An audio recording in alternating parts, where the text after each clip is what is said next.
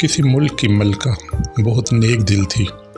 وہ اپنی خادماؤں اور کنیزوں کا بھی بہت خیال کرتی تھی۔ ایک دن اس نے دیکھا کہ اس کے دھوبی کی بیوی بہت ہی خوش ہے۔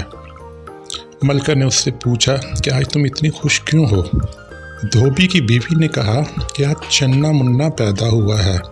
ملکہ نے اسے مٹھائی پیش کرتے ہوئے کہا ماشاء اللہ، یہ لو، چنا منا کی پیدائش کی خوشی میں مٹھائی کھاؤ۔ اتنے میں بادشاہ اندر داخل ہوا تو ملکہ کو بہت خوش دیکھا۔ اس نے ملکہ سے پوچھا کہ تمہاری خوشی کی کیا وجہ ہے؟ ملکہ نے جواب دیا کہ سلطان علی، یہ مٹھائی کھائیے، آج چنا منا پیدا ہوا ہے۔ خوشی کے موقع پر تو خوشی ہونا چاہیے نا۔ بادشاہ کو اپنی بیوی سے بہت محبت تھی۔ بادشاہ نے دربان کو کہا کہ مٹھائی ہمارے پاس لاؤ۔ بادشاہ باہر دربار میں تشریف لایا تو بادشاہ بہت خوش تھا۔ بادشاہ کو جب وزیروں نے خوش دیکھا تو واہ واہ کی آوازیں سنائی دینے لگیں کہ بادشاہ اس سے مزید خوش ہو جائے۔ بادشاہ نے کہا کہ سب کو مٹھائی بانٹ دو۔ مٹھائی کھاتے ہوئے ایک وزیر نے پوچھا بادشاہ سلامت، یہ آج مٹھائی کس خوشی میں آئی ہے؟ بادشاہ نے کہا کہ آج چنا منا پیدا ہوئے ہیں۔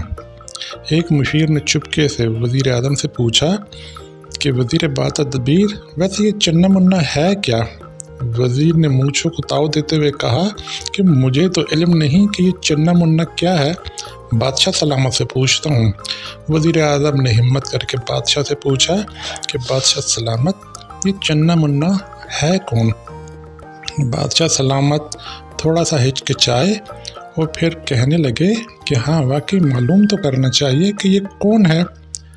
بادشاہ نے بھی کہا ہاں مجھے بھی علم تو نہیں کہ یہ چنا منا کون ہے، میری تو ملکہ خوش تھی کہ آج چنا منا پیدا ہوا، اس لیے میں بھی خوش ہو گیا۔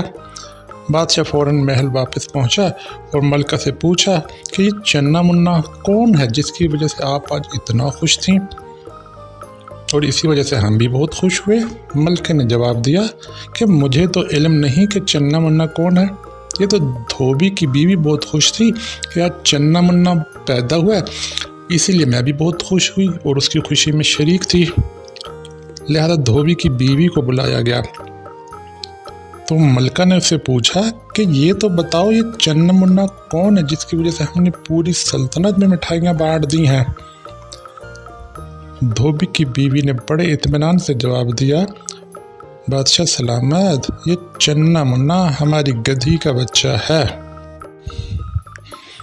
یہ کل ہی پیدا ہوا ہے، اسی وجہ سے میں خوش ہوں کہ اب بوجھ اٹھانے کے لیے اب ایک اور گدھے کے بچے کا اضافہ ہو گیا۔ یوں کھودا پہاڑ اور نکلا گدھا۔ یہ دراصل پیغام ہے ان لوگوں کے لیے جو بات کو بنا تحقیق کیے آگے پہنچا دیتے ہیں اور اس کے متن پہ غور نہیں کرتے، اور بدقسمتی سے یہ لطیفہ معاشرے پر بالکل صادق آتا ہے۔ لہذا چاہیے ہمیں کہ کسی بھی بات کو آگے پہنچانے سے پہلے